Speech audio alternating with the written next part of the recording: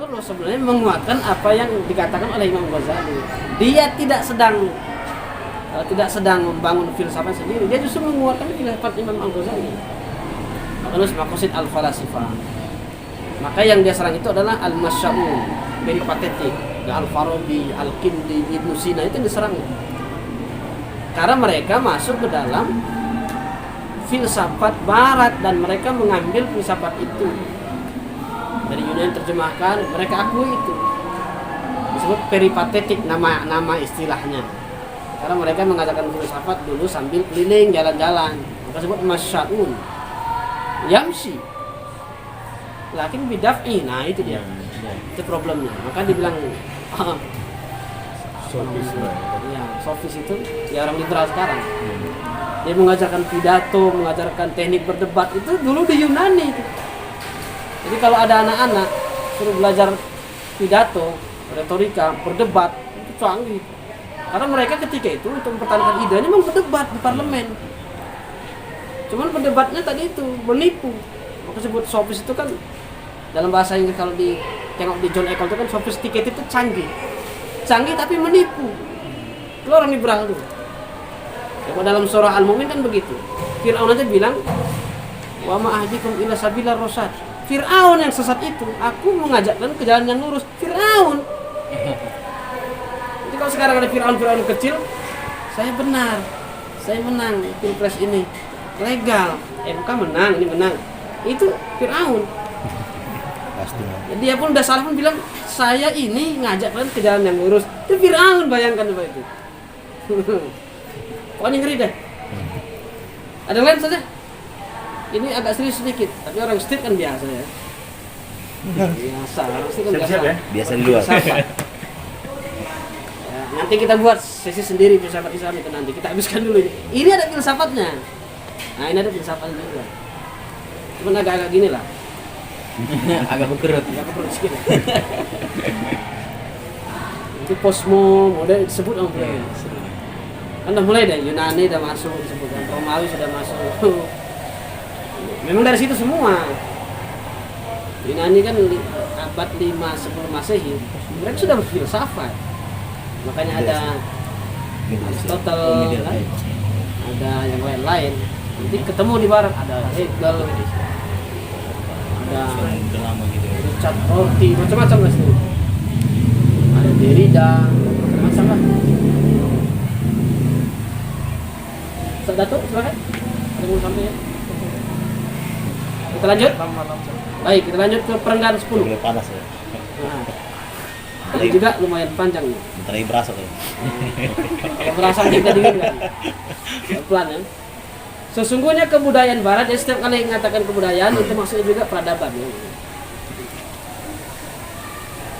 Telah sejak dahulu kala menceraikan agama dari kehidupan sehari-hari. Oh, catat betul nih, ini penting nih ya.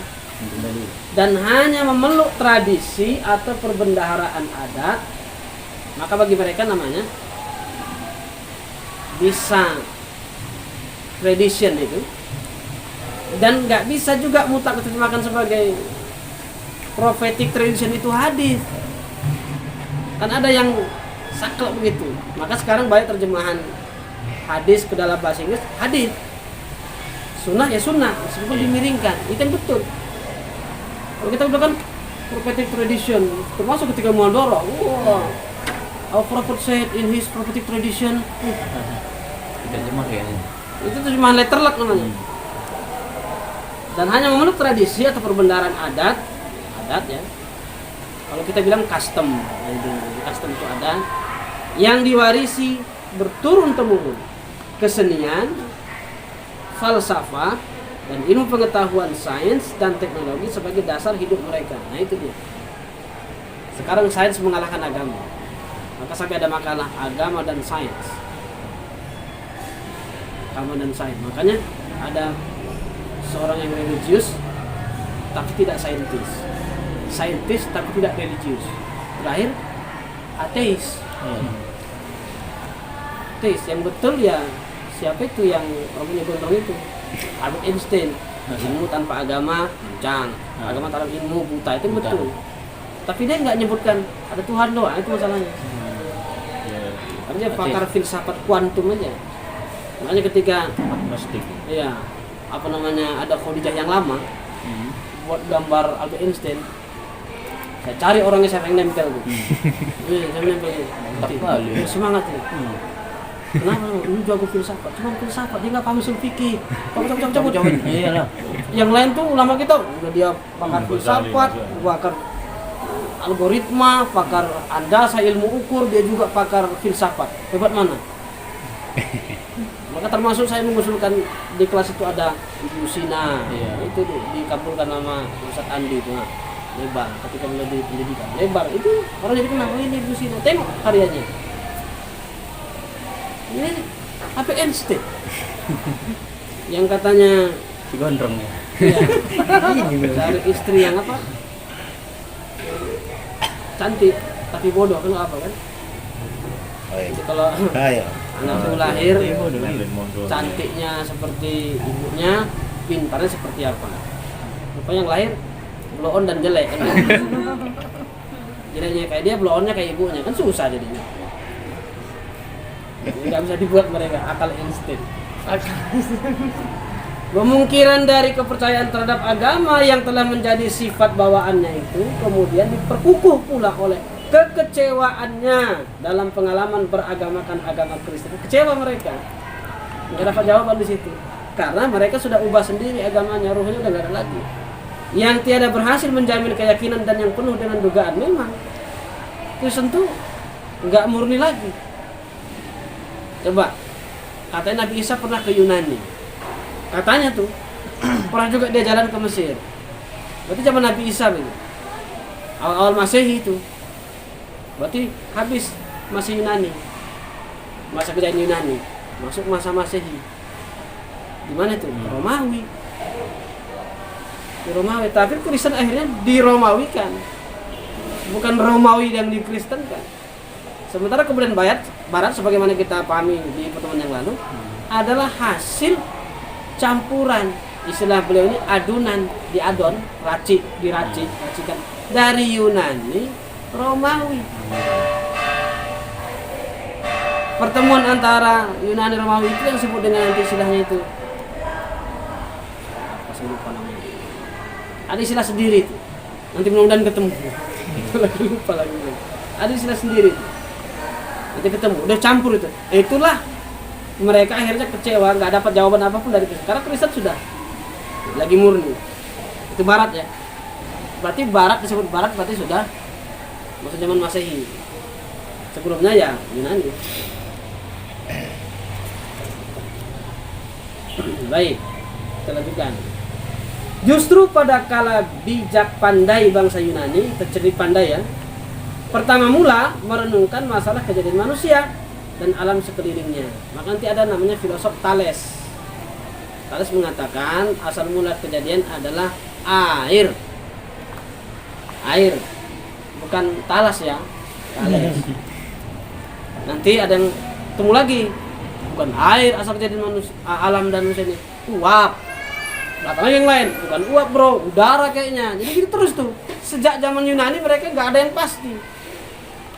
Makanya di Yunani itu identik dengan mitos. Nanti ada Homerus, ada kemudian yang masuk ke dalam hermeneutik, Hermes. Hermes itu dewa. Kemudian bahasa dewa itu hanya bisa digunakan oleh Hermes. Kalau manusia nggak bisa paham bahasa dewa, ini perantaranya. Maksudnya hermeneutik. Jadi Hermes menafsirkan bahasa Tuhan supaya dipahami manusia. Kan ngeri Hermes itu. Hebat tuh, bisa menafsirkan bahasa Tuhan. Itu yang menjadi nanti filsafat penafsiran sekuler liberal Barat. Namanya hermeneutika. Itu kalau yang masuk fakultas filsafat oke itu. Mereka memang insaf bahwa mereka tiada sebenarnya beragama dan dari hal demikian menderita kelemahan jiwa bagi hidup segar sentosa dalam dunia. Jadi mereka nggak lagi aman. Jadi mereka juga memahami kita ini kering kerontang sebenarnya. Beragama itu ecek-ecek aja. Karena agama kita pun di sini ecek-ecek juga. Itu kan nggak mungkin. Jadi seperti masalah keluarga misalnya. Oh dirusak. Barat itu pertama kali yang dirusak adalah fondasi keluarga. family itu adalah, coba aja cari di kamus tuh. Family itu dari kata apa? Kalau femme, F E M double kemudian E lagi, itu bahasa Prancis. Femme artinya perempuan. Ada family. Makanya kalau ada butik la femme itu berarti bahasa Prancis, artinya al-mar'ah. Berarti itu butik pakaian perempuan. Muncul family. Datang kita buat kuis family 100.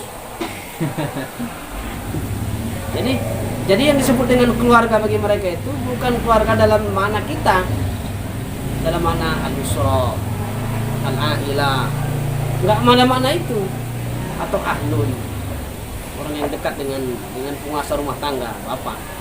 Kan ahlul bait bisa jadi artinya adalah ibu, bisa artinya istri-istri. Bagi mereka bukan itu, tapi itu sebenarnya mereka ingin menghormati perempuan. Ujung-ujungnya dilecehkan perempuan itu. Maka dalam Kristen pangkal dosa itu adalah perempuan. Siti Hawa kena gara-gara dia meraih Nabi Adam. Kapan-kapan dia meraih Nabi Adam?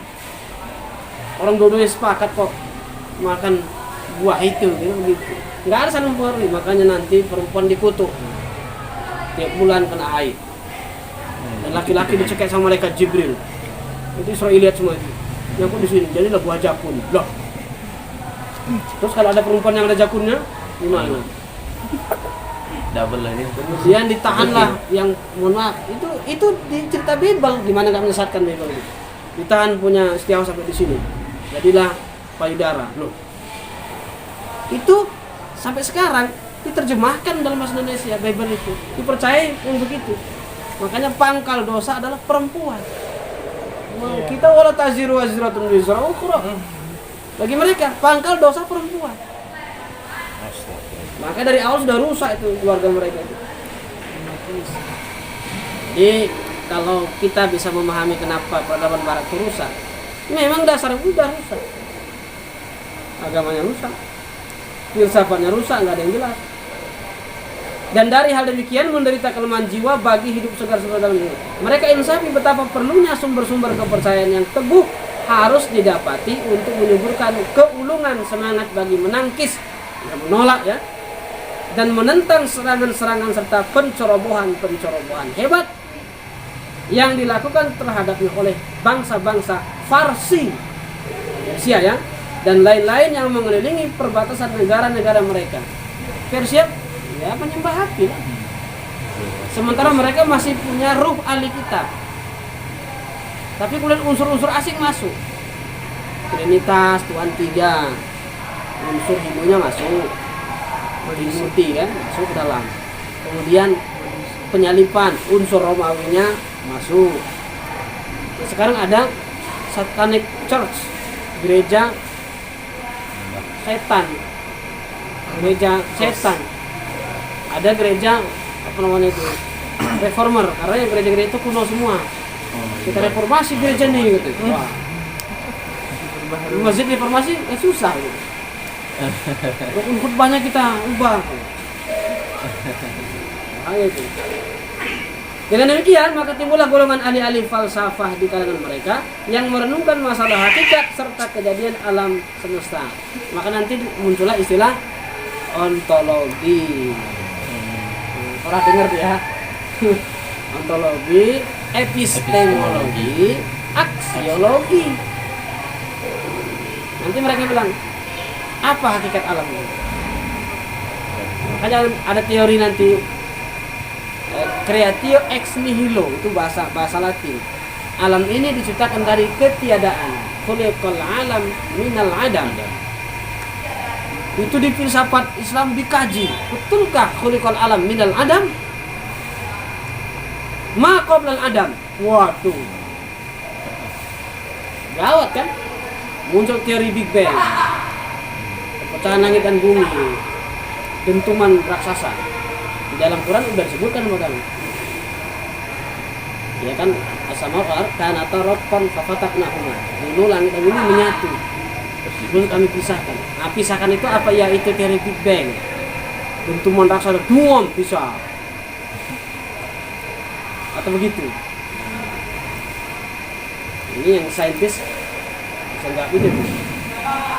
Mereka telah memunculkan soal-soal seperti apakah hakikat dasar alam ini? Apakah alam ini kekal? Bayangkan. Adakah alam ini jadi dengan sendirinya? Adakah Tuhan yang menjadikannya? Apakah Tuhan itu? Nah, itu menjadi pertanyaan mereka itu. Maka di Yunani muncullah si Talos tadi itu diantaranya. Asal mula kejadian adalah air. Kalau di sini bisa kita masukin ke Quran, agak connect-nya. Wa ja'alna minal ma'i kulla syai'in hayyin. Surah Al-Anbiya. Kami jadikan segala yang hidup dari air. Saya setuju enggak itu? Kami jadikan yang segala yang hidup dari air.